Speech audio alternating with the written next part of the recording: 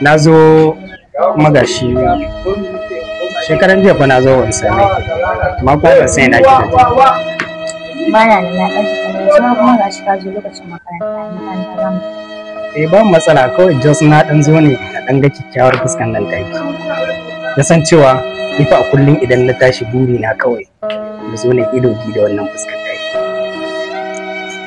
ke din ta dabanci Allah da gaske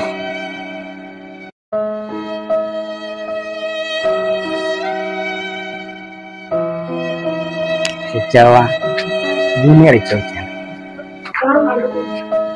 amma lafiya garam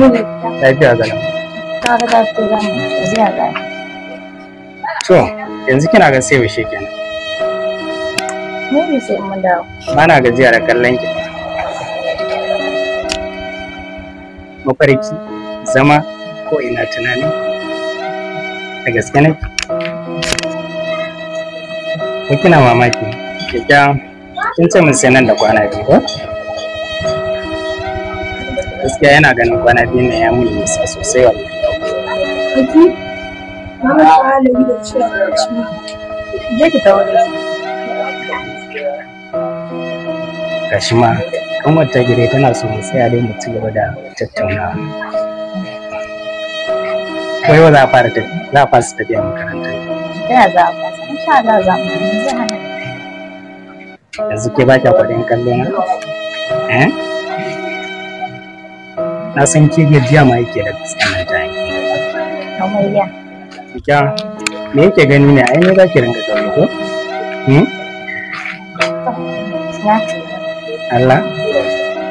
To yawan ni na zama malamin na ana ki zuwa makarantar nan.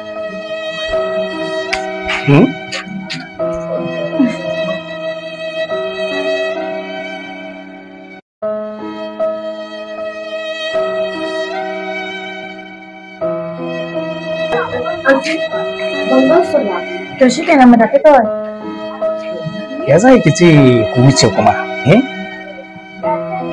Ai kamata yake dan sa ta duba makota ko za a gansu. Kin san yara fa ba a takura musu ba bangaren karatu fa tun suna kanana akwai matsala.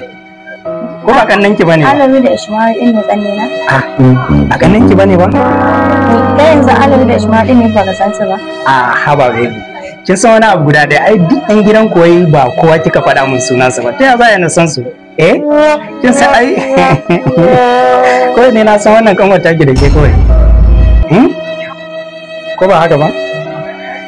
Alawi da Ishmael ba tsanne na bane ba littattafai ne na addini. Littattafai na addini? Littattafai na addini. Hawa baby. Amma ya kamata a kuma makaranta gaskiya an ji kunya. Zo mu da To ni yanzu makarantar zan tafi ko kuma in tafi neman kuɗin aurenta ne?